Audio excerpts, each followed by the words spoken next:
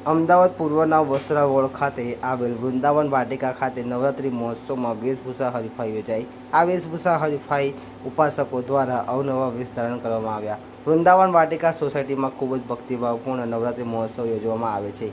ભેદભાવ ન્યૂઝ અભિષેક ઉપાધ્યાય।